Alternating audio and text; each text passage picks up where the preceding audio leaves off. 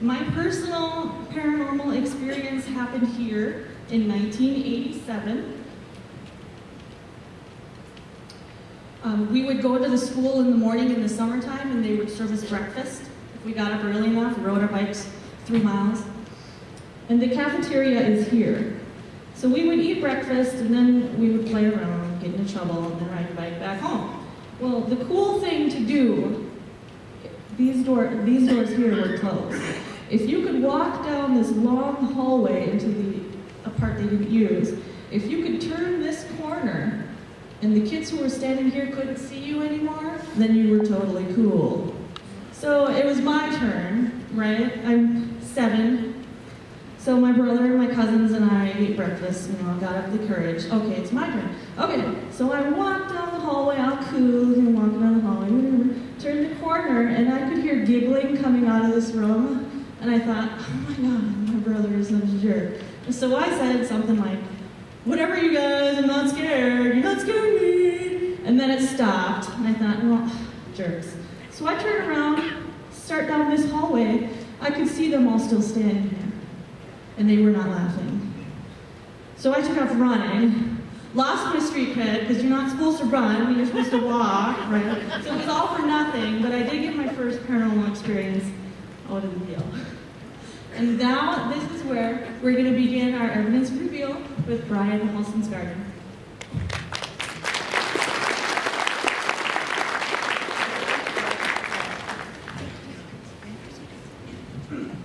Hello there, I am Brian Halston. I will be going over some evidence that we got on both of our investigations at Pine Point. We're going to start off in this room right here. Emily and Jeremy Bierman were doing an EVP session, and adjacent to the room where they were at, there is a piano in this room, the old kindergarten room or cafeteria as it's called. Here's a picture of such said piano. Jeremy was talking at the time, and he said if there's anything or anybody in the other room, it'd be really neat if you could play the piano. And here's what happened.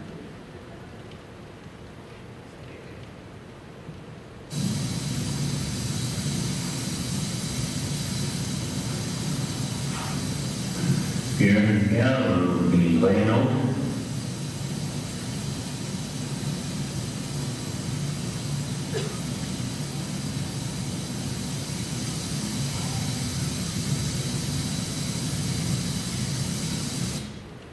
As you can see, the video was taken from our DVR system that Jeremy was talking about. That is the actual video that we caught with our DVR at the time, proving that none of us went over into the piano room and played the piano.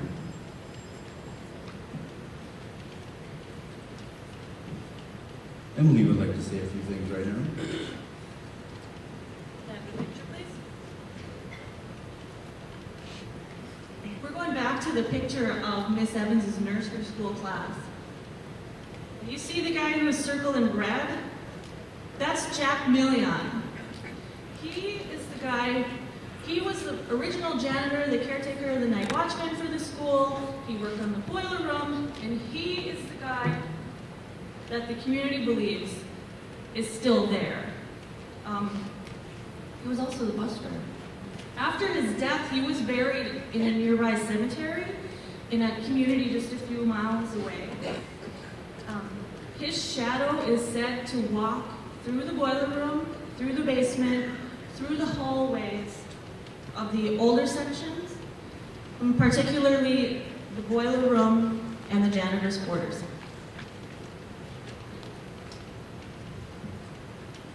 This here is a picture of the stairway that leads you down into the basement. The picture might look alarming because of the bloody handprint, but don't worry. This part of the school was used as a haunted house in the last 2 months of October every year, and this is just a stage prop, nothing to worry about.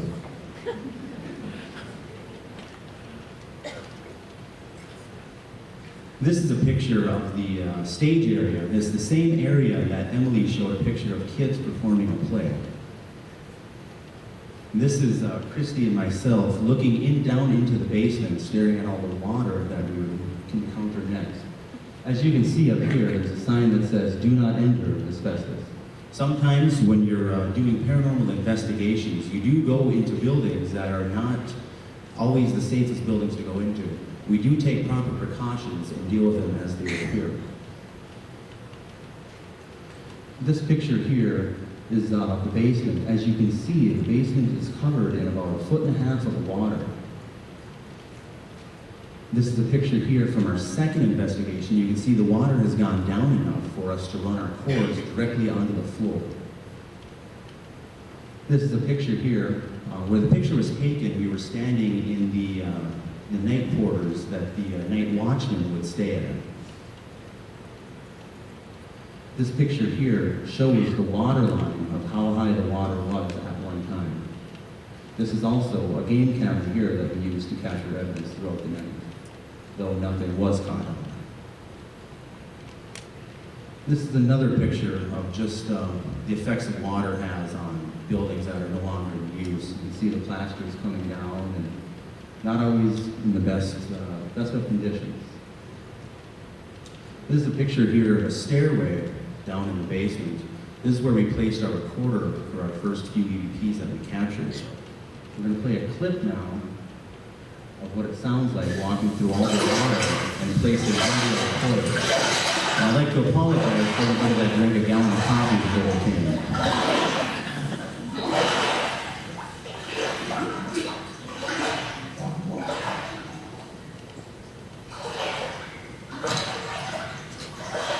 This is a clip of Jeremy Bierman walking over to the staircase to place the audio. Put it down.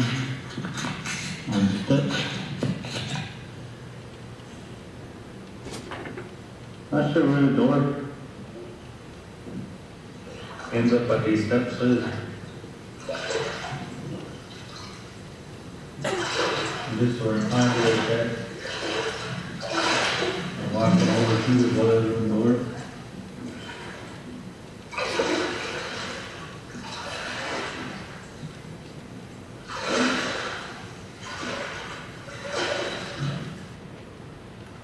That clip was just to prove what it sounds like when somebody walks down in the basement area with all the water there. The reason we played that is so we can show you that in our next clips, nobody was down there tampering with our evidence. This is an actual EVP that we caught down there on the stairway.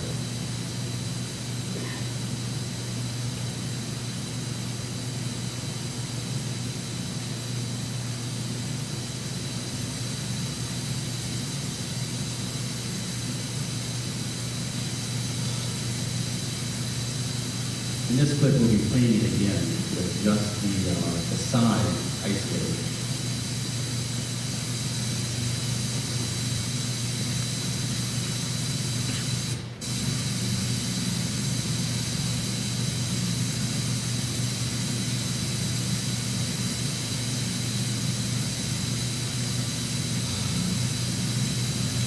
And now the next little portion will be with some of the background noise removed.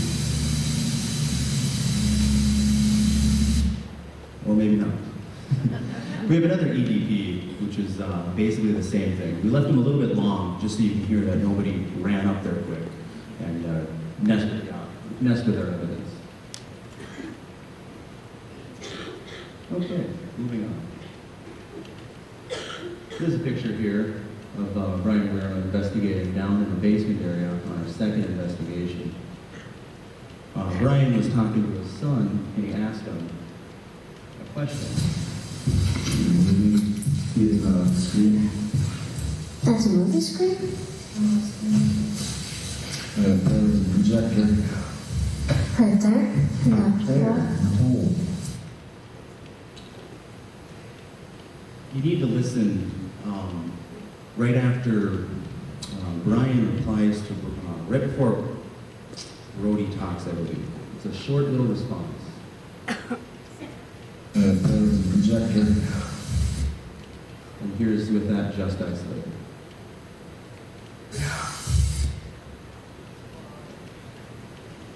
And like I said earlier, sometimes we deal with dangerous situations, and also with all that water or black mold.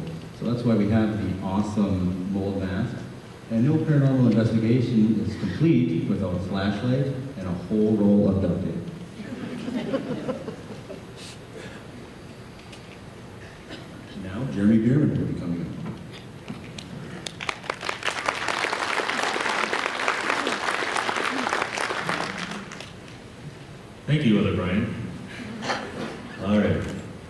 I've got a story to tell. It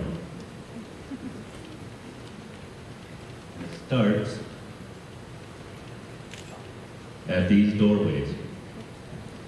Back in the 90s, there were some murals painted in the hallways beyond this door.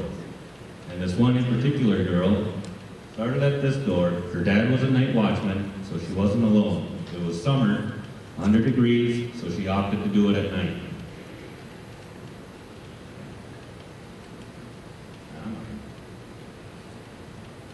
So as she walked down the hallway,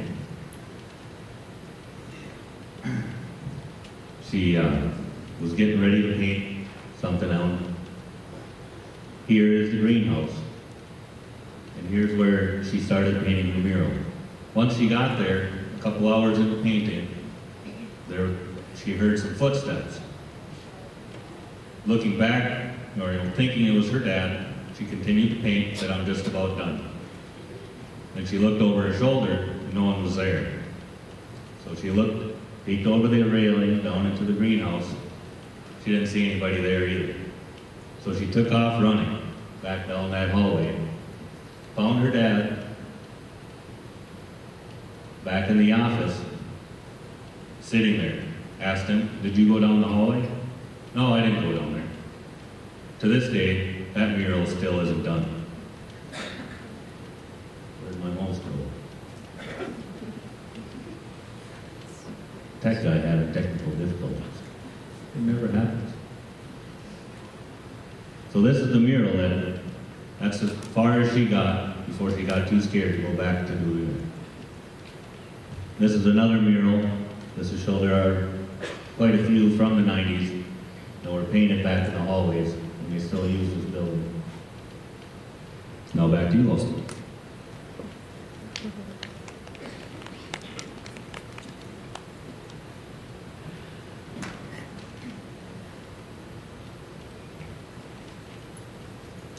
On one of our investigations, Christy and I were conducting an EVP session in the room all the way in the back hallway. We were also with Ryan Lehrman at the time. Ryan had made a statement about how slow our investigation was going and how we thought we had not encountered any sort of paranormal activity through the night. Well, on our audio, once we reviewed it, it was just the opposite.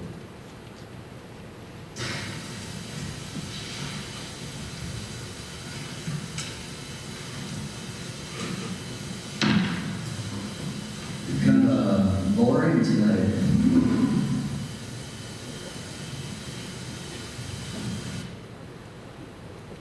This here is a picture from the outside. The area where that EVP was caught was right in here in the maintenance area.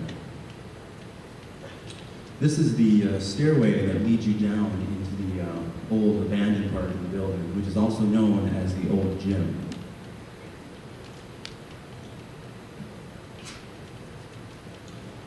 We are now in this section of the building. This is the old gymnasium.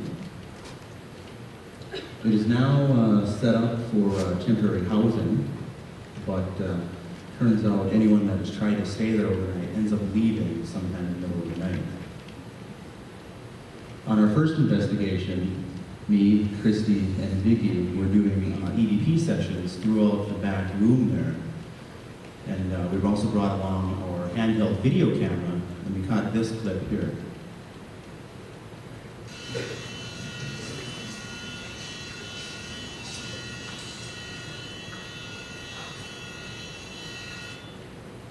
It happens very quick in this clip, but there's a light anomaly that we see that goes from the screen right to left. This time I will try to point her out with the pointer.